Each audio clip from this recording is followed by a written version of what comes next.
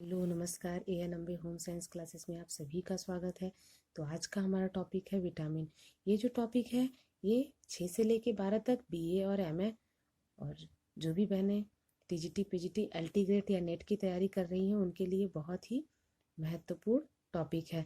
तो मैं आप लोगों को विटामिन के बारे में डिटेल में बताऊंगी। तो सबसे पहले मैं आप लोग को ये बताना चाहती हूँ कि विटामिन जो होते हैं उसका वर्गीकरण 2 भागों में किया गया है, वसा में और जल में।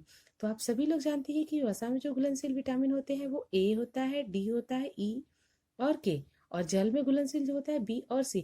लेकिन इसके आगे जो BA कर रही हैं, MA कर रही हैं या नेट की तैयारी कर रही हैं, TGT PGT की तैयारी कर रही हैं, उनके लिए थोड़ी जानकारी डिटेल में जानना जरूरी है, क्योंकि इसके अलावा भी और भी है जो जल में और वसा में घुलनशील है। तो मैं बताना चाहती हूँ आपको विटामिन ए और carotene, provitamin A, vitamin D2, calciferol, संश्लेषित vitamin D, vitamin D3, irradiated, dehydro cholesterol, प्राकृतिक vitamin, vitamin D, vitamin E और विटामिन के।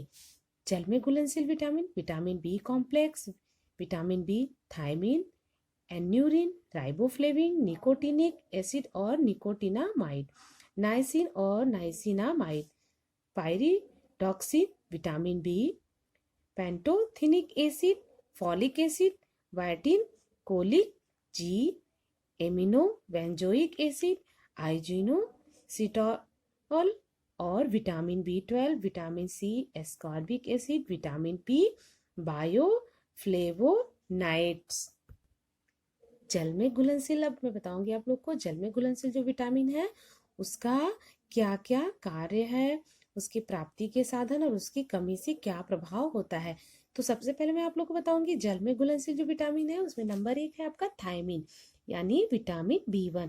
यह एक रवादार रंगहीन जल में पूर्णतः घुलनशील पदार्थ है। व्यापारिक रूप से यह थायमिन हाइपोक्लोराइड के नाम से बेचा जाता है। और इसके बारे में आप लोग को बताना चाहती हूँ कुछ। अम्ल का इस पर कोई भी प्रभाव नहीं पड़ता है, लेकिन क्षार के माध्यम में यह नष्ट हो जाता है और इसकी गंध जो होती है वो खमीर के समान तथा स्वाद नमकीन होता है। कार्य क्या है इसका, ये आंत्र मार्ग के सुचारू प्रेरक कार्य के लिए थायमिन भोजन में नितांत आवश्यक होता है। यह विटामिन के पाचन क्रिया में सुधार हो जाता है और यह भूख को बनाए रखने के लिए भी आवश्यक होता है। इसके प्राप्ति के साधन क्या है, शुष्क खमीर, गेहूं, बिना पॉलिश किए हुए चावल की ऊपरी परत, मूंगफली, हरे मटर, सुअर के मांस। कमी से क्या होता है, इसकी कमी से 3 प्रभाव होते हैं, शुष्क बेरी बेरी, आर्द्र बेरी बेरी और शिशु बेरी बेरी। इसके बाद दूसरा नंबर है रिबोफ्लेविन विटामिन B2। यह पीलापन लिए संतरे के रंग के समान रवादार पदार्थ है और इस पर जो है अम्ल, ताप तथा वायु का प्रभाव नहीं पड़ता है, किंतु क्षार तथा प्रकाश में यह आसानी से नष्ट हो जाता है। कार्य क्या है, यह ऑक्सीकारक एंजाइम का निर्माण करता है। श्वेत सार, प्रोटीन और वसा के चयापचय की प्रतिक्रियाओं के लिए आवश्यक होता है। प्राप्ति के साधन है इसके दूध तथा दूध का पाउडर, कलेजी, पालक, मेथी, चौलाई, खमीर, सोयाबीन, अंकुरित अनाज। कमी का क्या प्रभाव पड़ता है, व्यक्ति इसमें दुबला दिखने लगता है और वृत्त के जैसा दिखाई देने लगता है। उसकी यौवन का विकास अवरुद्ध हो जाता है और पाचन शक्ति क्षीण हो जाती है। तीसरा है नियासिन, निकोटिनिक एसिड एवं निकोटिनामाइड या फिर विटामिन B3। ये B3 विटामिन के नाम है। यह पानी में घुलनशील, रंगहीन तथा कसैला स्वाद का होता है और यह क्या है, अम्ल, क्षार, रोशनी, ताप तथा वायु में यह नष्ट नहीं होता है। इसका कार्य क्या है, यह नियासिन, प्रोटीन, कार्बोहाइड्रेट तथा वसा के ऑक्सीकरण और उसके फलस्वरूप जो ऊर्जा उत्पत्ति में सहायक एंजाइम का काम करता है। त्वचा, आंत और स्नायु प्रणाली के सुचारू कार्य के लिए निकोटीन अम्ल आवश्यक होता है। प्राप्ति के साधन क्या है, सूखी खमीर, चावल की कलियां, यकृत, मूंगफली, संपूर्ण अनाज। इसके बाद है प्रोटीन हम ग्रहण करते हैं और वह हमारे शरीर में नियासिन में बदल जाता है। कमी से क्या प्रभाव होता है, मनुष्य पेलाग्रा नाम की बीमारी से ग्रस्त हो जाता है। कभी कभी ऐसे भी प्रश्न पूछ लेता है कि पेलाग्रा नाम बीमारी किस विटामिन की कमी से होता है, तो आप B3 विटामिन की कमी से होता है। चौथा है पायरिडॉक्सिन या विटामिन B6। यह रवादार पदार्थ है जो अल्कोहल और जल में घुलनशील है। यह थोड़ा बहुत दाब तो सहन कर लेता है, परंतु अल्ट्रावायलेट किरणों और ऑक्सीजन से क्षतिग्रस्त हो जाता है। कार्य क्या है इसका? स्नायुओं को समान स्थिति में बनाए रखने के लिए यह आवश्यक है। और विटामिन B6 का सक्रिय रूप को एंजाइम पीरिडॉक्सिन फॉस्फेट है। इसकी प्राप्ति के साधन क्या है? सूखी यीस्ट, गेहूं के अंकुर, यकृत, बिना पॉलिश किए, चावल, अनाज, तिलहन, अंडे, दूध और मांस। इसके अलावा और भी हरी पत्तेदार सब्जियां, सोयाबीन, मूंगफली। फिर कमी के क्या प्रभाव है? इसकी कमी से एनीमिया हो जाता है। एनीमिया जो बीमारी होती है वो किस विटामिन की कमी से होती है? तो विटामिन B6 या पायरिडॉक्सिन की कमी से हो जाती है। पांचवा है, अब देखिए मैं बता रही हूँ आपको जल में घुलनशील विटामिन। तो जल में घुलनशील विटामिन जो है वो है फॉलिक एसिड। फॉलिक एसिड यह एक चमकीला पीला पदार्थ है जो सूर्य के किरणों से नष्ट हो जाता है।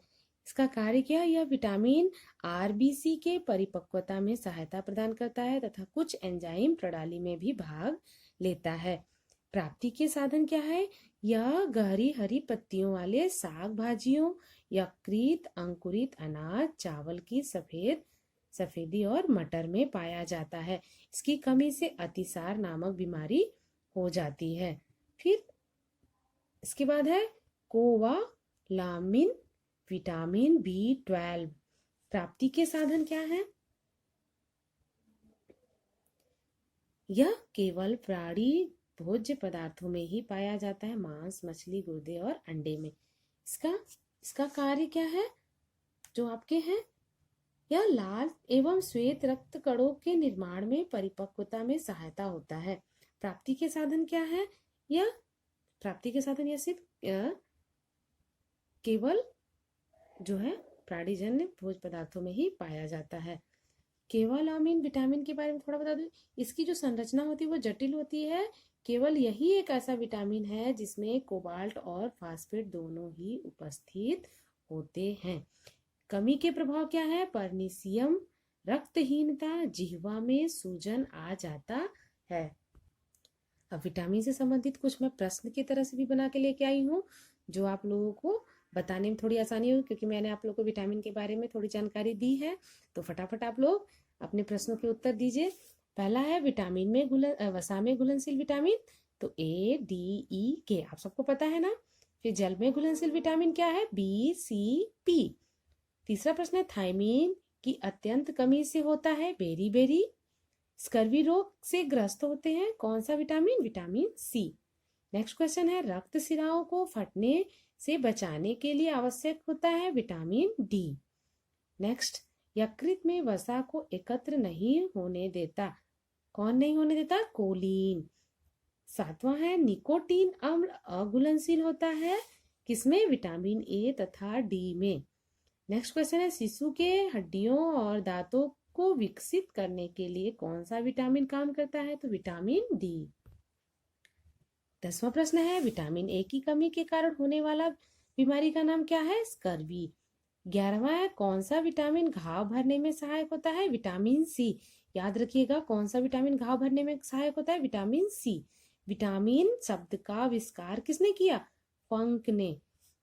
पेलाग्रा नाम रोग निम्न में से किसकी कमी से होता है? नियासिन। नेक्स्ट है विटामिन जो सबसे आसानी से नष्ट हो जाता है? Vitamin C।